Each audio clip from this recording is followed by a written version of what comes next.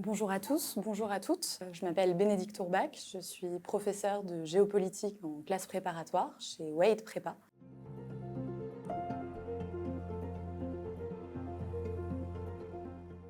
Et aujourd'hui, je suis avec vous pour vous présenter une reprise de copie. Une copie qui a eu 20 sur 20 sur le sujet « Le contrôle des routes stratégiques depuis 1913, vecteur de domination mondiale pour les États ». Donc pour un petit peu présenter la façon dont je vais procéder, je vais d'abord vous montrer au fur et à mesure de la lecture de la copie ce qui se passe dans la tête du correcteur et ce qui fait que ou non vous gagnez ou vous perdez des points, et essayer d'expliquer aussi dans quelle mesure une copie qui est loin d'être parfaite, puisqu'on va le voir ensemble, il y a un certain nombre d'erreurs, parfois même assez flagrantes dans cette copie, peut malgré tout obtenir la note maximale. Donc peut-être que le premier point sur lequel on peut revenir, c'est qu'un 20 sur 20 au concours, c'est toujours très loin d'une copie parfaite. Les correcteurs sont obligés d'avoir une moyenne qui est aux alentours de 10,5. L'an dernier, CP 2025, on avait une moyenne à 10,7 et un écart type aux alentours de 3,5. Ça implique qu'une copie qui se met dans le haut du panier peut très facilement obtenir finalement un 20 de par ces règles qui ont pour but de classer les candidats, puisqu'il s'agit avant tout d'un concours. Donc pour suivre un peu aussi ce que je vais raconter, vous verrez à la vidéo et sur le scan des éléments qui sont surlignés en jaune. Ce sont, je dirais, les éléments qui font gagner des points à cette copie, là où les éléments en rose sont des points d'attention, des éléments plus problématiques et qui risquent d'en faire perdre. Donc pour débuter sur ce sujet, alors peut-être premier point, j'ai dû réinscrire le sujet sur la copie. Moi je vous conseille toujours d'inscrire le sujet avant même de commencer par l'accroche. Parce qu'en fait, le simple fait de l'inscrire va vous permettre de voir si votre accroche en dessous tape directement dans le cœur du sujet ou si elle s'en éloigne un peu. C'est de la forme, mais c'est toujours utile. Ensuite, je débute sur mon accroche. Les États-Unis et leurs alliés vont déployer une nouvelle force maritime au large du Yémen, a déclaré le 19 avril 2022 l'US Navy. Ensuite, cette accroche va continuer en donnant des détails, coalition de 34 États, qui se place sous le commandement de l'ACMF basée dans le QG de la 5e flotte. On nous précise que la 5e flotte est à Bahreïn. On a un certain nombre d'éléments de détail qui, dès l'accroche, font forte impression auprès du correcteur, puisqu'on est extrêmement précis. Et ensuite, le lien est directement fait avec le sujet, puisque on nous explique que l'objectif de cette nouvelle force est de sécuriser et stabiliser cette région stratégique pour l'approvisionnement en hydrocarbures, notamment en raison de la présence du détroit de Bab el-Mandeb, par lequel transite 10% du pétrole mondial. C'est plutôt 12%, 12 à 15%, mais l'ordre de grandeur reste juste. Détroit en proie à l'instabilité géopolitique du fait de la guerre civile au Yémen. Et là, enfin, le problème déjà initial de cette accroche est qu'elle est trop longue, il faut quand même le dire. Cette décision américaine reflète en outre l'importance du contrôle des routes stratégiques, nous avons finalement les mots du sujet qui arrivent en fin d'accroche, dans la diplomatie américaine au Moyen-Orient. Cette accroche est très bonne, c'est un fait d'actualité extrêmement récent puisqu'il date du 19 avril 2022 et ce sujet que nous étudions est celui de 2022, mais elle est cependant trop longue. Ensuite, on va passer à la partie, et on peut le voir en fait dans cette copie par l'alinéa, et c'est aussi un point qui est à souligner comme étant bon, on passe à l'analyse des termes du sujet. Donc, en tant que correcteur, moi qui continue, ce que je me dis, c'est « Ok, dès lors, il serait intéressant d'étudier l'enjeu que constitue le contrôle des routes stratégiques pour les États et la projection de leur puissance. » J'ai souligné ici en jaune le terme « projection », au sens où le terme de projection renvoie directement au mot du sujet qui est le vecteur. Le vecteur, c'est plus en fait ce sujet que de dire que le contrôle des routes stratégiques est un facteur de la domination mondiale pour les États, c'est-à-dire qu'il y contribuerait. Ici, c'est vecteur. Donc le vecteur, c'est comme en maths, on passe d'un point A à un point B. Donc l'idée, c'est de se dire, est-ce qu'on va avoir de la projection? Donc à ce stade, en tant que correcteur, je suis toujours extrêmement contente et nous pouvons continuer. Le contrôle désigne avant tout la maîtrise d'un espace. Alors on a un travail qui est fait sur le terme de contrôle. Ce travail est très important. Pourquoi? Parce que de manière générale, quand on est sur l'analyse d'un sujet, on a des termes qui sont géopolitiques, ici route stratégique, domination mondiale, mais on a aussi généralement un terme qui n'est pas géopolitique. Contrôle, maîtrise, n'est pas forcément un terme géopolitique en tant que tel. On en trouvera la définition, non pas dans un manuel de géopolitique, mais simplement dans le dictionnaire. Pour autant, il est extrêmement important que ce terme-là, surtout quand il est ici le sujet du groupe nominal, fasse l'objet d'un travail d'analyse en tant que tel. On assiste ici à ce travail d'analyse. Cependant, ce travail d'analyse, et c'est pour ça que maîtrise est au contraire non pas en jaune mais en rose, est inexact. Et c'est souvent un problème que l'on retrouve dans de nombreuses copies, y compris celles qui font cet effort d'analyse. Je m'explique sur ce point, le contrôle désigne avant tout la maîtrise d'un espace. Contrôle et maîtrise ne sont pas des synonymes. Un contrôle, c'est une capacité de surveillance, éventuellement d'intervention, donc d'être en capacité non pas de maîtriser, mais ponctuellement de pouvoir intervenir ou décider de ce qu'il se passe à un point donné. La maîtrise, ça vient de la même étymologie que le mot maître, c'est une capacité à contrôler, en fait, qui est beaucoup plus large. Si on doit faire un lien entre les deux, on va être plutôt sur le domaine du fonctionnement. Je suis le maître, je désigne, je peux presque voir ce qu'il en est en termes de structure. Donc le contrôle et la maîtrise de l'espace, ce n'est pas tout à fait la même chose. Et dans ce sujet, c'est particulièrement important parce qu'une route stratégique, qu'il s'agisse d'une voie de communication, par exemple maritime, il est extrêmement difficile de la maîtriser, par exemple à l'endroit où elle va passer dans des eaux internationales. En revanche, on peut la contrôler en contrôlant certains points, des détroits, des hubs, des nœuds géostratégiques. Donc là, on a quand même une première erreur qui va être importante pour la suite, même si elle se situe au sein d'un effort d'analyse qui est louable. Maîtrise qui recoupe des dimensions à la fois sécuritaires, militaires et économiques. On a un effort ici qui est fait d'essayer de prendre plusieurs champs de la géopolitique. Et ça, c'est toujours valorisé dans une copie,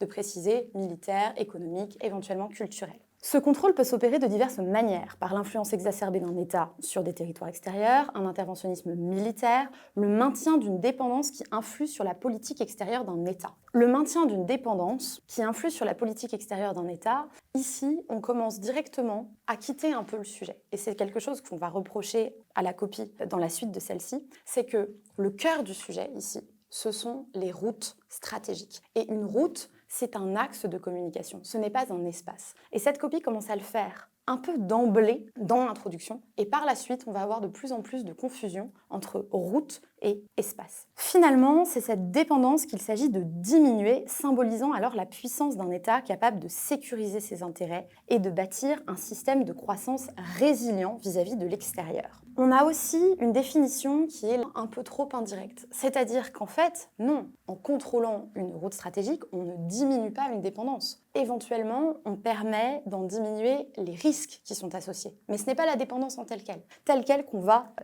diminuer. Donc, d'emblée, en fait, je suis à peu près à la moitié de mon introduction qui est particulièrement longue puisqu'elle fait 2 pages. J'ai beaucoup d'éléments, et des éléments qui sont très précis. Éléments très précis, ce qui pour le correcteur est quand même un point qu'on a envie de valoriser. Ça montre du travail. Mais en même temps, au sein de ces éléments précis, on a un certain nombre d'erreurs parfois déjà factuelles dans l'analyse. Les points qui vont être beaucoup plus dérangeants, ça va être au niveau de tout ce qui touche aux références. Je vous prends par exemple une phrase. Tandis que les puissances coloniales européennes se sont longtemps appuyées sur leur possession territoriale pour avoir une présence mondiale sur l'ensemble du globe, les États-Unis ont pris le relais de la thalassocratie. Thalassocratie qui est associée à Julian Freund, qui est un politologue français qui n'a pas de lien direct avec la thalassocratie, mais avec ce qu'on appelle la thalassopolitique. La thalassopolitique, qui est un concept qu'il reprend en 1985 sur les travaux de Carl Schmitt, qui a écrit l'ouvrage Terre et mer. Et donc, on a ici une erreur qui se voit souvent quand on commence à multiplier les références,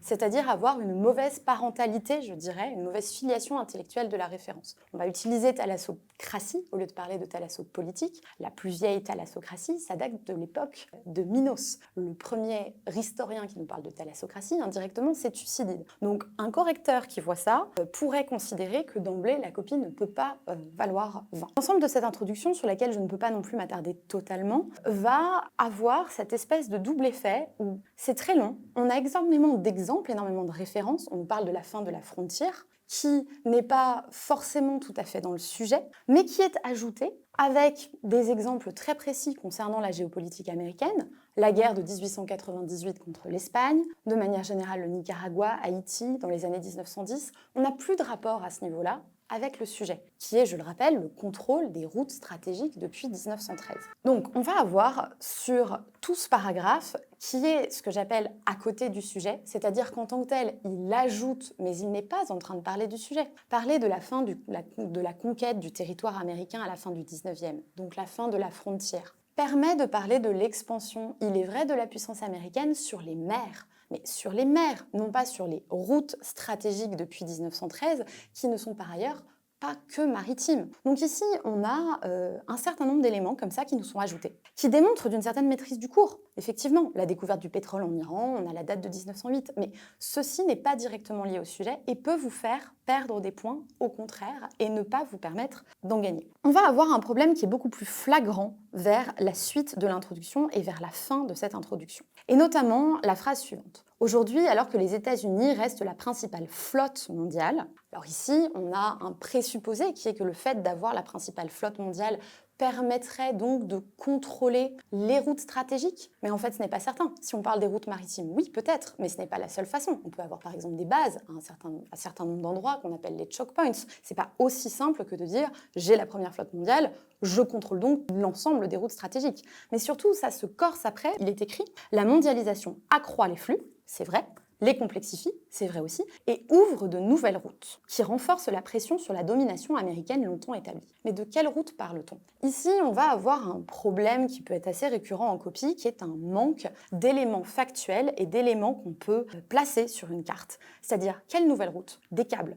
Quelle nouvelle route? Des pipelines. Il faudrait situer ces endroits-là. Il faudrait ajouter de la géographie. On ne nous dit nulle part, dans cette introduction, où se trouvent les routes stratégiques. Il faudrait dire, à minima, la route principale qu'on va avoir au plan maritime, c'est la route transpacifique, ou qu'on est passé de la route transatlantique à la transpacifique, aux alentours de 1985, qui est une information qu'on va avoir plus tard dans la copie, mais qui est une information d'une telle importance qu'elle mériterait bien plus que la fin de la frontière, de figurer dans cette introduction. Donc, cette copie-là manque aussi un peu de gestion de la périodisation. Pourquoi? Parce que ce sujet débute en 1913. On nous dit depuis 1913.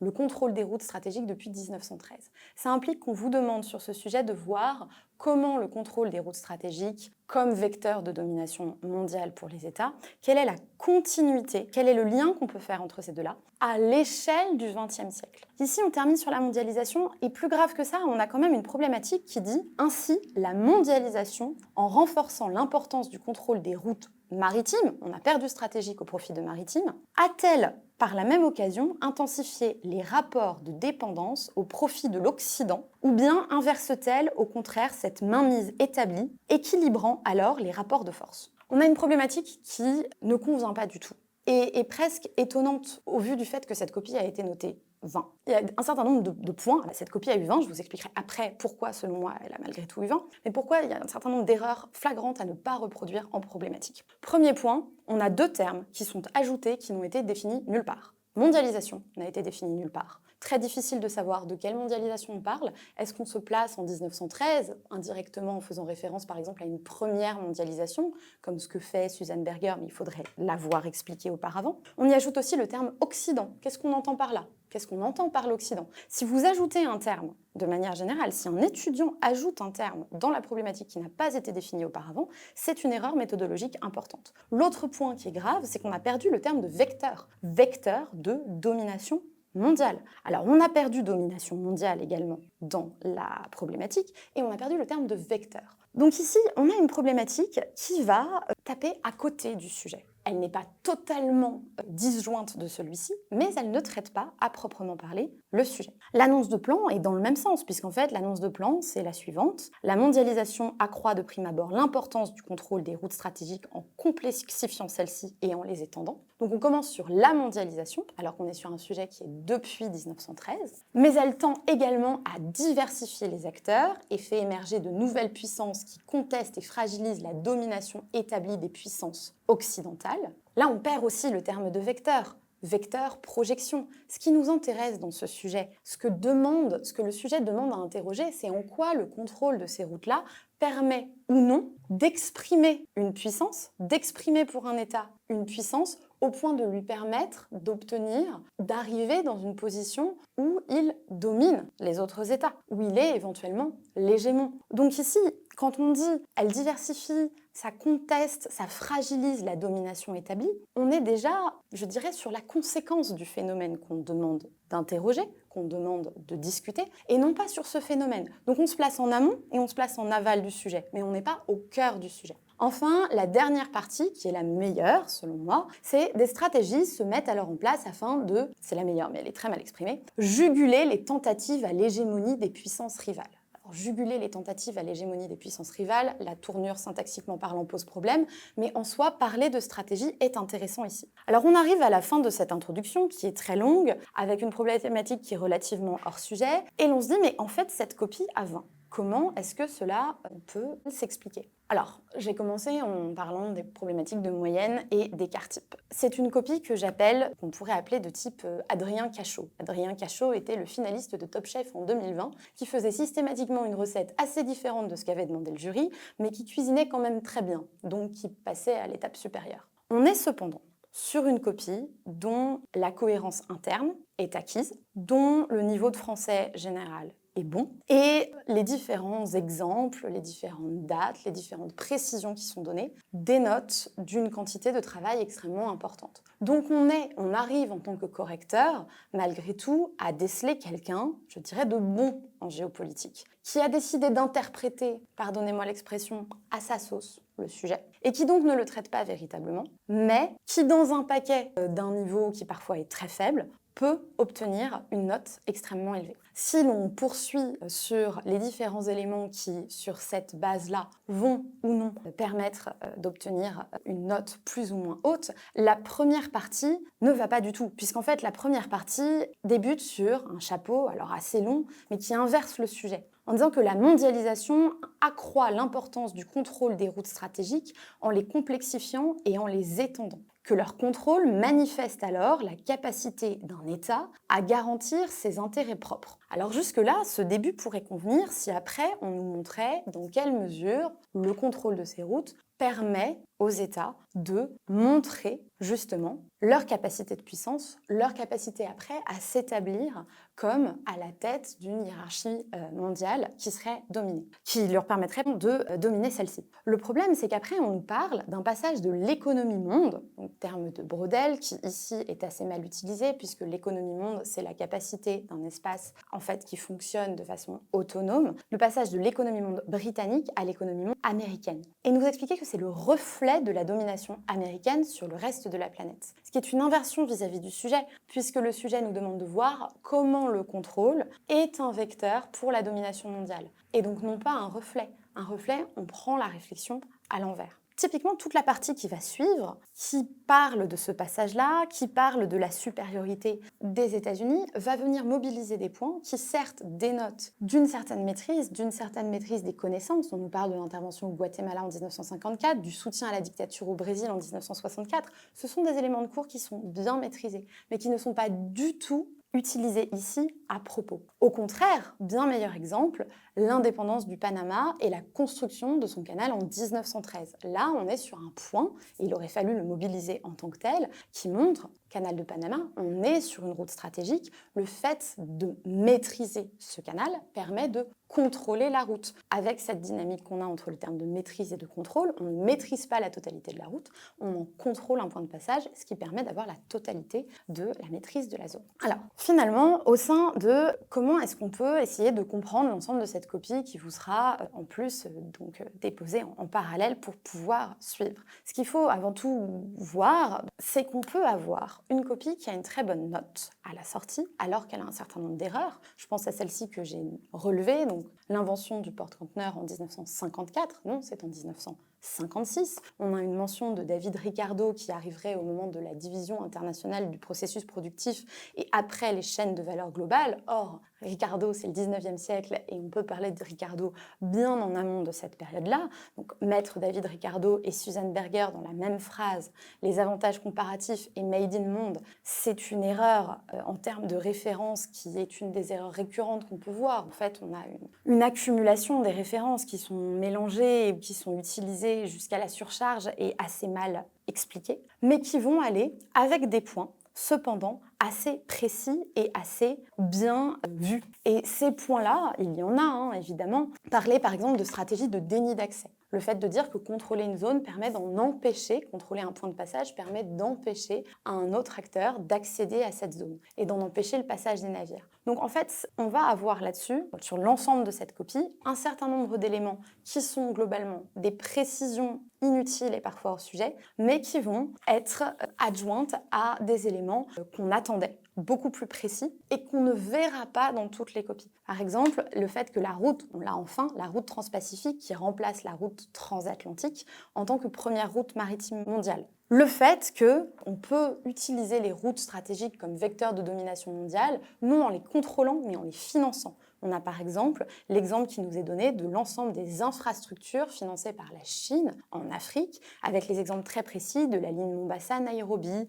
ou Djibouti-Addis Abeba. Et ces éléments-là, qui sont des éléments qui dénotent, je vous l'ai déjà dit, d'une maîtrise assez complète de l'ensemble du programme, sont des éléments qui permettent de hisser la copie très au-dessus des autres copies auxquelles le correcteur aura eu accès dans son paquet de copies. On le voit de façon assez flagrante, notamment dans la troisième partie. Cette troisième partie qui est extrêmement précise au sujet de la stratégie du collier de perles. Donc c'est effectivement une stratégie notamment que d'être extrêmement précis sur les points que vous maîtrisez très bien, qui est toujours gagnante en copie, c'est-à-dire que s'il y a un exemple que vous connaissez bien, même si c'est un exemple aussi connu que la stratégie du collier de perles, le fait de faire, comme l'étudiant fait dans cette copie, de rentrer dans les détails. Donc par exemple de dire la Chine fait la promotion d'un collier de perles dont les perles sont Hainan, les îles Paracels, Spratly, par ensuite du Cambodge, Singapour, de Gwadar en passant par Paramonbota, on pourrait parler également de Djibouti.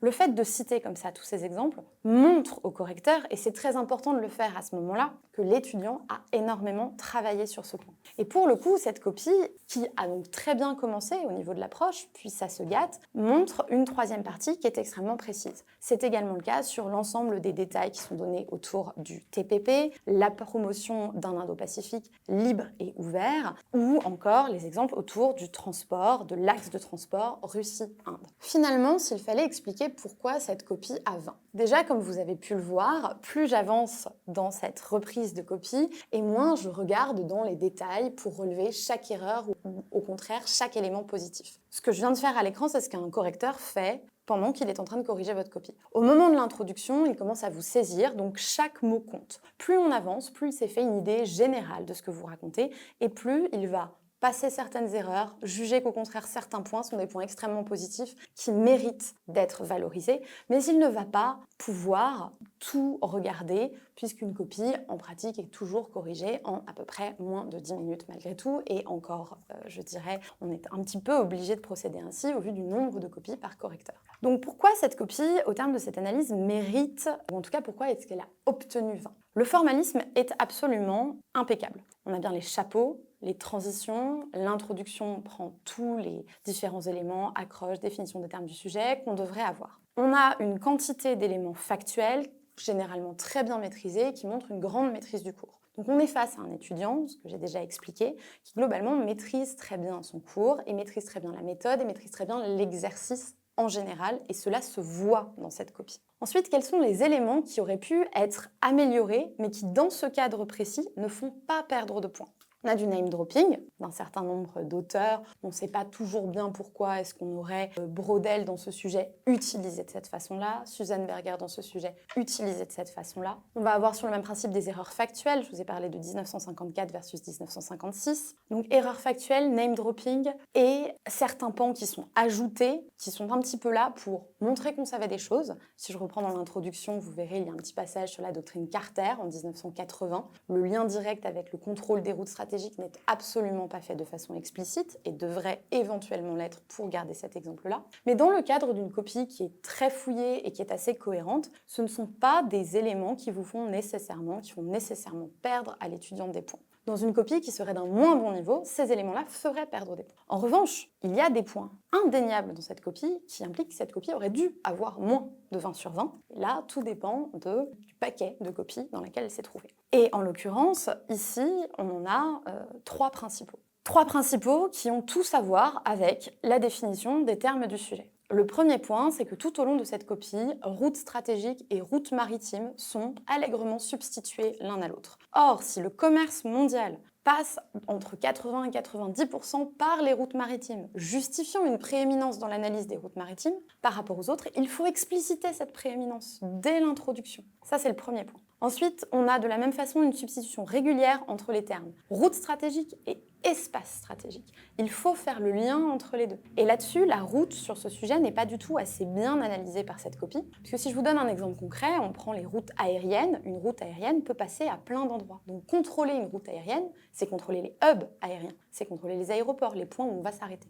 point que l'on ne voit pas non plus apparaître dans la copie. Et dernier élément, et non des moindres, avec cette suppression du terme vecteur et de la projection de la puissance, qui, si on l'avait vu dans l'introduction, je vous ai parlé du terme projection, ce qui était extrêmement positif pour un correcteur, qui ou n'aura pas vu par la suite, ce qui peut arriver, mais on ne l'espère pas, que ce terme disparaît totalement, ou l'aura vu, mais aura jugé que d'autres éléments de la copie permettaient de maintenir une bonne note. Mais le terme vecteur, vecteur de domination mondiale, disparaît totalement de ce sujet. Et enfin, on a un sujet qui, chronologiquement parlant, se fait sur une période bien trop restreinte, puisqu'on aurait dû voir à l'échelle du temps long sur le XXe siècle en quoi ce contrôle des routes stratégiques permettait ou non aux États d'achever et d'obtenir une domination mondiale en exprimant par le biais de ces routes, du contrôle de ces routes, en obtenant quelque chose en matière de puissance. Et à la place, on a quelque chose qui tourne énormément autour de ce que la mondialisation a fait aux routes stratégiques. Et ce que la mondialisation a fait aux routes stratégiques, même si c'est très intéressant et très bien traité par ce sujet,